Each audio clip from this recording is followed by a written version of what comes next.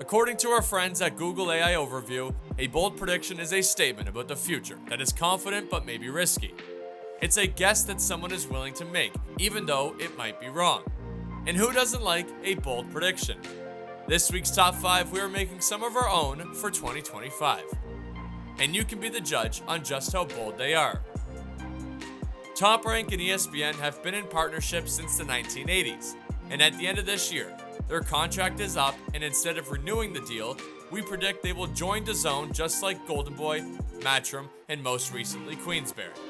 This would be quite the turnaround for the platform that a year ago at this time, the rumor was they'd be getting out of boxing entirely.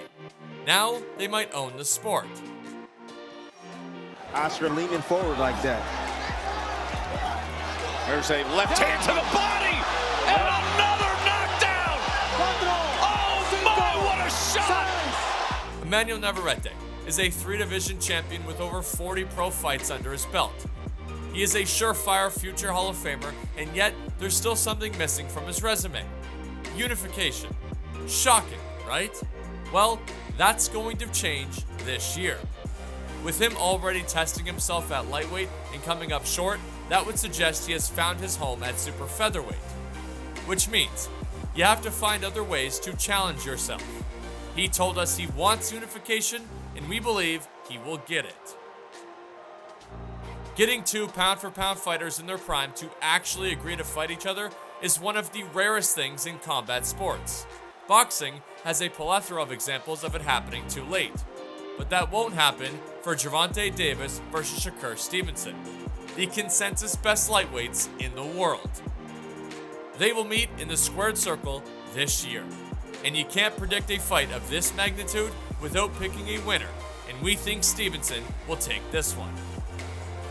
Katie Taylor versus Amanda Serrano 2 received over 50 million households tuning in live when they put on another classic on Netflix in November.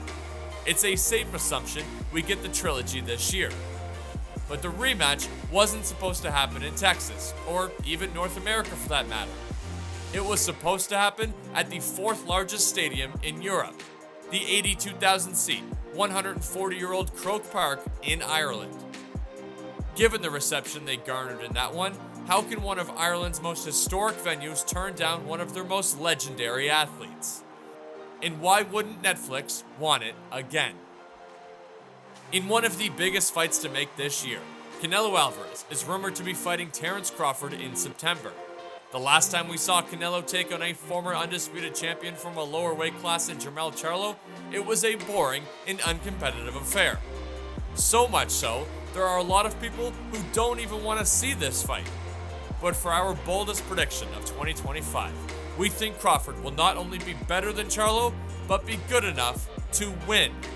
And in doing that, should also take home Fighter of the Year honors.